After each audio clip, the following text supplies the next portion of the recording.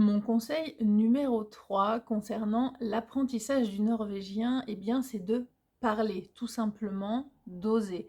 C'est vrai que, il y a beaucoup de personnes qui se sentent bloquées et j'ai moi-même été bloquée dans mon apprentissage, parce que comme j'avais pas beaucoup d'opportunités de pratiquer, au tout début, je comprenais, très bien, mais j'avais beaucoup de mal à parler, même si j'avais déjà pas mal de vocabulaire et que je pouvais faire des phrases et cetera, mais on a toujours, c'est un peu le piège qu'en Norvège, tout le monde parle très bien anglais et que tout le monde aime parler anglais parce que, du coup, c'est un peu la facilité et c'est toujours un petit peu vexant au début quand vous enfin moi, en tout cas, ça m'est arrivé, hein, plusieurs fois, je pense que c'est arrivé à tout le monde, quand vous essayez de parler à quelqu'un en norvégien et qu'il vous répond en anglais. Ça veut dire genre, «Non mais attends, t'es tellement nul que laisse tomber, on va parler dans une autre langue parce que ça va pas le faire».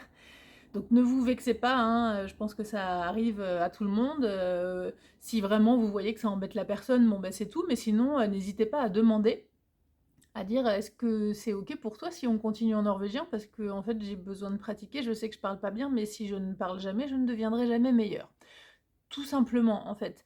Faut vraiment pas oublier que une langue, c'est pas du latin, hein, c'est pas une langue morte. Une langue, c'est fait pour, se parler. Donc c'est vraiment un conseil que toutes les écoles de norvégien donnent, c'est oser, oser, oser parler. On fait tous des fautes. Moi, je fais encore des fautes et je pense que je suis pas prête de plus en faire.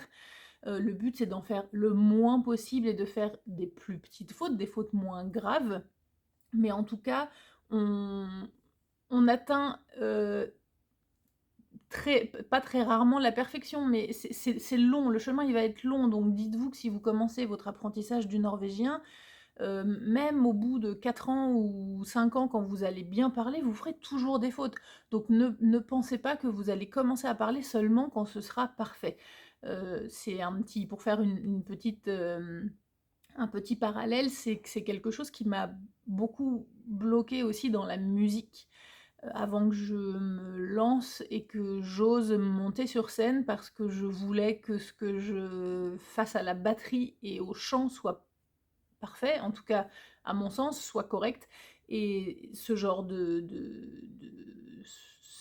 comportement et de pensée, de toute façon, bloque et fait qu'on n'avance pas puisque de toute façon, même si on estime qu'on est bon, si on pratique et qu'on travaille, on sera toujours meilleur le mois d'après. Donc de toute façon, on ne commencera jamais alors. Donc il faut vraiment vous dire ça. Essayez. En plus, je vous promets qu'en Norvège, les Norvégiens sont très open, sont très tolérants. Il n'y a pas ce côté, comme en France où on peut se moquer par exemple des gens qui parlent anglais avec un gros accent français et cetera. En Norvège, il y a pas du tout ça, il y a pas du tout de moquerie. C'est une langue, le norvégien, la Norvège, c'est un petit pays, donc le norvégien, c'est une langue qui est très peu parlée. Donc les Norvégiens, aiment qu'on essaye de parler, leur langue. Donc vous verrez que, ce que je vous ai dit avant, le fait que peut-être des gens vont pas apprécier que vous parliez pas bien et vont passer en anglais, ça arrive pas souvent, hein, ça arrive, mais la plupart du temps, les gens, ils vont apprécier que vous fassiez l'effort d'essayer. Donc vraiment essayez, n'ayez pas peur des moqueries, n'ayez pas parce qu'il y en a pas en fait. Enfin moi ça m'est vraiment jamais arrivé quoi j'ai en plus, bon moi j'ai un accent français, certain quand je parle norvégien, mais mes collègues m'ont toujours dit qu'il y avait aucun souci pour me comprendre, que je parlais très bien, que je faisais quelques fautes et que j'avais un accent, mais qu'il y avait aucun problème, que le but d'une langue c'est de communiquer, donc à partir du moment où eux me comprennent et où moi je comprends ce qu'ils me disent, ça marche, il y a pas de problème. Donc il y a j'ai pas, je pense, de grosses particularités de langage. J'ai entendu des gens ça dépend de vos origines, en fait, ça dépend de là où vous venez. Je sais qu'il y a il y a des gens, qui ont plus de mal à parler norvégien parce que les langues sont très différentes.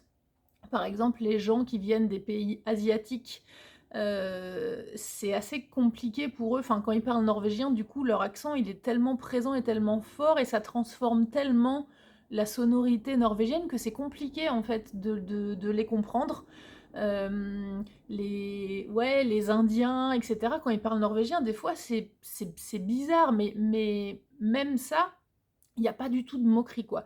C'est vraiment un des points, globalement d'ailleurs, hein, sur la société norvégienne, que je trouve très cool, c'est que les gens sont très open concernant les différences culturelles, sociales, heu, orientation sexuelle aussi, on m'a posé la question beaucoup, j'en ferai une vidéo. Il y a pas de jugement, il y a pas de moquerie, les gens sont quand même très open, beaucoup plus open qu'en France. Donc vraiment, lancez-vous quoi, n'ayez pas peur et en plus, si jamais vous avez peur, par exemple, de cet accent, au cas où, français, eh bien, n'ayez pas peur parce que les Norvégiens, ils adorent ça. Et c'est pareil dans la vidéo dans laquelle je vous parlerai de la culture et des comportements norvégiens. Je vous parlerai d'un truc qui se dit, qui est vrai et qui, enfin, que moi j'avais entendu dire avant de venir m'installer en Norvège, mais que j'ai vraiment constaté que c'est vrai que les Norvégiens, alors on a l'impression qu'ils sont tous super gentils, super encourageants et tout ça, ce qui est le cas, mais il y a quand même un peu ce côté, pas hypocrite, mais ils veulent pas rentrer dans le conflit en fait, donc ils vont tout va bien quoi, tout est beau, tout est rose, non mais tu parles super bien, t'inquiète, même si tu parles pas bien.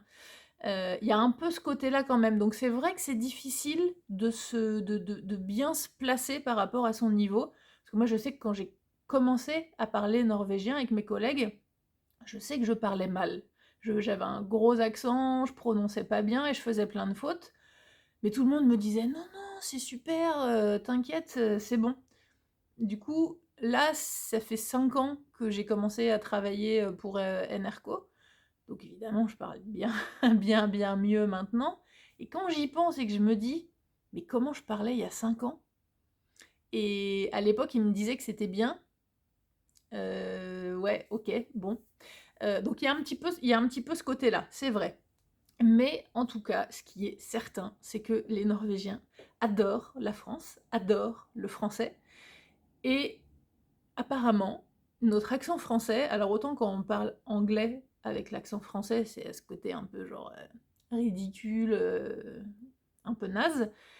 Apparemment, quand un Français parle norvégien, c'est genre, mais quelle classe quoi! C'est je sais pas, je pense que c'est vrai parce que vraiment tout le monde le dit, tout le monde, trouve que l'accent français, ça a un petit peu ce côté, pas snob, mais un peu classe, un peu genre, ouais, je suis français, quoi. Donc et ils adorent. Moi, des fois, ils me demandent de parler français comme ça. Je leur apprends plein de mots à mes collègues, c'est assez rigolo, ils adorent ça. Donc vraiment, n'ayez aucune, honte, aucune, peur d'essayer de même si vous faites juste un petit peu, faites quelques phrases et puis après, bon, OK, là, c'est le gros du travail, maintenant, il faut qu'on enchaîne un peu, qu'on parle plus vite et tout, on va faire en anglais.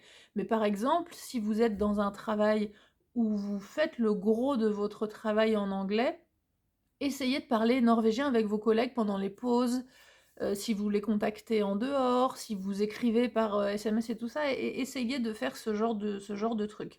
Ce qui est difficile avec donc la pratique du norvégien, c'est que ça dépend de votre condition familiale et de votre condition sociale, parce que beaucoup de personnes n'ont pas l'opportunité de pratiquer. C'est ce qui m'est arrivé, puisque mon compagnon est français, donc on parle français à la maison.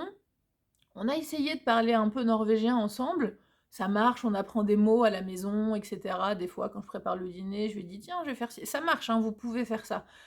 C'est bien au début, parce que du coup, vous allez apprendre le vocabulaire de la maison, de la cuisine et tout, mais arrivé à un certain niveau, ça va rester 2 Français qui ne maîtrisent pas la langue, qui parlent norvégien ensemble. Donc vous allez pas savoir si vous faites des fautes, si vous prononcez mal, s'il y a personne pour vous corriger, vous risquez de mal apprendre. Donc faites-le un peu, mais attention de pas trop le faire quand même avec 2 personnes qui ne maîtrisent pas la langue. Par contre, si vous avez un compagnon, qui est, norvégien, parlez norvégien à la maison avec lui à fond, allez-y parce que ça, c'est le meilleur moyen d'apprendre. Moi, toutes les personnes que je connaisse qui ont appris le plus vite, quand je dis le plus vite, c'est genre en moins de 2 ans, je dirais, pour vraiment être, fluente quoi, c'est les gens qui sont en couple, avec, un ou une Norvégienne. Donc vraiment utilisez votre, compagnon, pour pouvoir apprendre. Et il y a plein d'autres, petites astuces pour pratiquer le norvégien, quelle que soit la ville dans laquelle vous êtes. Il y a des språk cafés, donc des rencontres, en échange pour parler. Alors quelquefois, c'est un språk café qui n'est que pour parler norvégien, donc c'est plein d'étrangers qui veulent apprendre le norvégien, qui parlent norvégien ensemble. Ou quelquefois, c'est des échanges de langues. Par exemple, moi, c'est ce que j'avais organisé à Tønsberg, parce qu'à Tønsberg, il n'y en avait pas. Je vous remettrai le lien, je crois qu'il y en a un nouveau maintenant, mais moi quand j'ai commencé à faire ce Sprok Café il y a 3 ans peut-être, que je ne fais plus maintenant, hein, je pouvais plus à cause du boulot, mais quand j'ai commencé, je l'ai fait parce qu'il n'y en avait pas. Il y a des Sprok Café à Oslo, il y a des Sprok Café à Bergen, mais il n'y en avait pas à Tønsberg, et j'avais remarqué qu'il y avait quand même une grosse communauté de Norvégiens qui étaient intéressés par le français. Donc je me suis dit, je vais essayer d'organiser un café d'échange pour parler un petit peu français et un petit peu norvégien, et ça a super bien marché. Il y avait toute une communauté qui était là, c'était très chouette, c'était vraiment des moments très sympas. On a rencontré du coup des Norvégiens qui ont soit des origines françaises, ou qui ont de la famille en France, ou qui sont juste passionnés par la langue française, qui le parlent et qui ont envie de le pratiquer. Et puis plein de Français qui voulaient pratiquer le norvégien, ou pas forcément de Français, mais de francophones, de gens qui parlaient français, qui avaient d'autres origines. Donc c'était vraiment super, j'ai rencontré plein de gens hyper intéressants, des gens avec qui je suis amie d'ailleurs maintenant, donc c'était vraiment très très chouette. Donc ça, il y en a partout. Des Sprok Café, surtout si vous êtes à Oslo, il y en a vraiment plein. Il y en a, c'est gratuit la plupart du temps. En plus, si vous venez d'arriver, eh bien, c'est un moyen de rencontrer des gens. Souvent, je sais qu'il y en a à la bibliothèque d'Oslo, à la nouvelle grosse bibliothèque. Il y en a des fois organisés dans des cafés, donc c'est aussi l'occasion de découvrir des nouveaux lieux dans la ville, etc. C'est vraiment un super moyen et de rencontrer des gens, et de découvrir la ville, et de pratiquer la langue. Donc je vous recommande vraiment de faire ces Sprok Café là. Moi, c'est ce qui m'a manqué quand je suis arrivée en Norvège, parce qu'il n'y en avait pas à Tønsberg, et s'il y en avait eu, j'aurais commencé vraiment tout de suite par ça. Et un autre moyen de... Il y a plein d'autres moyens hein, de pratiquer, mais par exemple, si vous arrivez, que vous connaissez pas trop de monde, etc., de faire des activités sportives ou sociales, ça aide beaucoup, parce que du coup, vous allez rencontrer des gens qui auront les mêmes centres d'intérêt que vous. Vous allez pouvoir vous faire des amis norvégiens. Oui, oui, c'est possible d'avoir des amis norvégiens assez tôt hein, dans son arrivée en Norvège, avant d'être là depuis 10 ans. Peut-être que c'est pas possible à Oslo, mais en tout cas ailleurs en Norvège, je vous promets que ça marche.